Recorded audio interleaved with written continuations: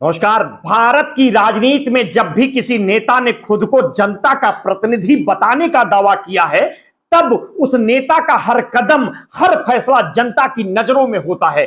अब आम आदमी पार्टी के संस्थापक और दिल्ली के मुख्यमंत्री अरविंद केजरीवाल, जिन्होंने अपनी राजनीति की शुरुआत भ्रष्टाचार के खिलाफ लड़ाई से की थी, एक बार फिर अपनी राजनीतिक सफर में महत्वपूर्ण मोड़ पर खड़े हैं। केजरीवाल ने दिल्ली के मुख्यमंत्री पद से इस्तीफा देने का ऐलान किया है, जो आने वाले दिनों में दिल्ली की राजनीति को हिला सकता है। उनके इस ऐलान ने न केवल उनके समर्थकों को बल्कि विपक्षी दलों और राजनीतिक विश्लेषकों को भी चौंका दिया है। यह सब दिल्ली शराब नीति के कथित घोटाले के आरोपों के बाद शुरू हुआ है। इस घोटाले के आरोप में जांच एजेंसियों ने केजरीवाल और उनकी सरकार के कई मंत्रियों पर शिकंजा कसा। जहां मनीष सिसोदिया जैसे वरिष्ठ नेताओं को जेल जाना पड़ा, वहीं केजरीवाल भी इस विवाद में घिर गए। इस विवाद के चलते उन्हें भी गिरफ्तार किया गया और कई महीनों तक कानूनी लड़ाई लड़नी पड़ी। हाल ही में सुप्रीम कोर्ट से जमानत मिलने के बाद केजरीवाल ने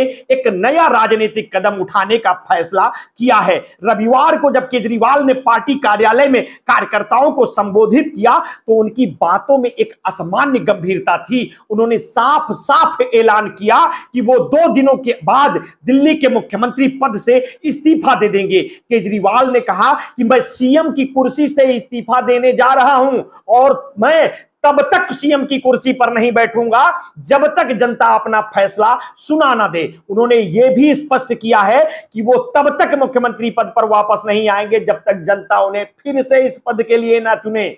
ये बयान उनकी राजनीतिक शैली के अनुरूप था, जिससे वे बार बार जनता से संवाद स्थापित करने और उनके विचारों के आधार पर निर्णय लेने की बात करते हैं। उनकी इस घोषणा से यह सवाल उठता है कि क्या वे जनता की राय लेने के पुराने तरीके पर वापस जा रहे हैं, जहां वे जनता से पूछते थे कि क्या उन्हें कांग्रेस के समर्थन से सरकार बनानी चाहिए या नहीं।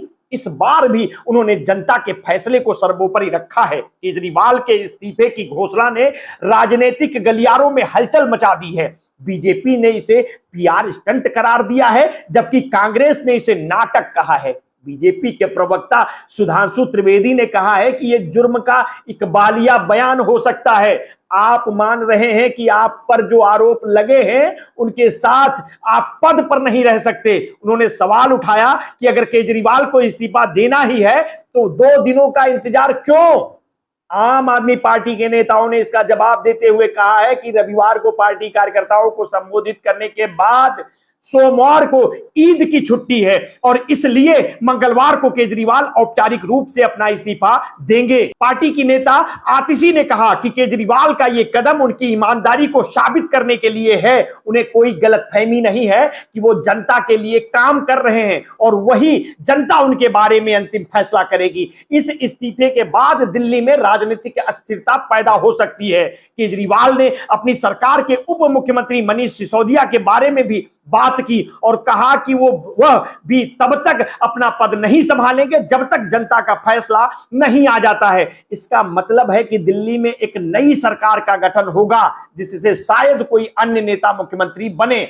आम आदमी पार्टी के विधायकों की एक बैठक में नए मुख्यमंत्री का चुनाव किया जाएगा, लेकिन यह अस्थायी होगा जब तक कि जनता का अंतिम फैसला ना आ जाए। केजरीवाल ने मांग की है कि दिल्ली विधानसभा के चुनाव फरवरी के बजाय नवंबर में कराए जाएं। ये कदम उनके राजनीतिक भविष्य को सुरक्षित करने के लिए उठाया जा सकता है, क्योंकि फिलहाल उनकी सरकार पर संकट के बादल मंडरा रहे हैं। केजरीवाल के इस ऐलान के बाद बीजेपी और कांग्रेस दोनों ने उन पर तीखे हमले किए हैं। बीजेपी के प्रदीप भंडारी ने इसे केजरीवाल की खोई हुई छवि को वापस पाने की कोशिश करार दिया है और उन्होंने कहा है कि आज आम आदमी पार्टी कट्टर भ्रष्टाचारी पार्टी के रूप में जानी जाती है। केजरीवाल को अब समझ आ गया है कि दिल्ली की जनता उनकी पार्टी को समर्थन नहीं देगी। कांग्रेस नेता संदीप दीक्षित ने भी केजरीवाल पर हमला बोलते हुए कहा है कि जब उन्हें जेल हो गई तभी उन्हें सीएम पद छोड़ देना चाहिए था। अब ये सब नाटक है। वहीं जेडीयू के प्रवक्ता नीरज कुमार ने कहा कि सुप्रीम कोर्ट ने केजरीवाल को मजबूर किया है और उनका यह इस्तीफा स्वेच्छा से नहीं बल्कि मजबूरी में लिया गया निर्णय है। उन्होंने कहा कि यह शायद पहली बार हुआ है कि कोई पद पर बैठा व्यक्ति जेल जाए और उसे जमानत मिलने पर भी कोर्ट द्वारा सरकारी कामकाज से रोका जाए। अरविंद केजरीवाल का इस्तीफा निश्चित रूप से दिल्ली की राजनीति में एक बड़ा मोड़ साबित हो सकता है। अब सवाल यह है कि क्या जनता एक बार फिर उनके पक्ष में खड़ी होगी या उनके राजनीतिक सफर में यह एक बड़ा झटका साबित होगा। उनके इस्तीफे के बाद कौन नया मुख्यमंत्री बनेगा और क्या दिल्ली में जल्द चुनाव होंगे, ये सब आने वाले समय में स्पष्ट होगा। अरविंद केजरीवाल की राजनीति हमेशा से जनता के समर्थन पर आधारित रही है। अब यह देखना दिलचस्प होगा कि जनता उन्हें फिर से समर्थन देती है या उनकी राजनीतिक यात्रा में यह एक नई चुनौती बनकर उभरता है। आप क्या सोचते हैं? हमें अपनी प्रतिक्रिया कमेंट बॉक्स में अवश्य दीजिए। आपने अगर अभी तक हमारे इस चैनल को सब्सक्राइब नहीं किया है तो तत्काल कर लीजिए। बेल आइकन दबाना ना भूलिए। अपने स्वास्थ्य के प्रति सचेत रहिए, सजग रहिए। अगर हमारी स्टोरियां आपको पसंद आया करे तो अपने मित्रों, शुभ चिंतकों, रिश्तेदारों में भी शेयर किया करिए। अपना ध्यान रखिए। बहुत बहुत धन्यवाद। साधुवाद।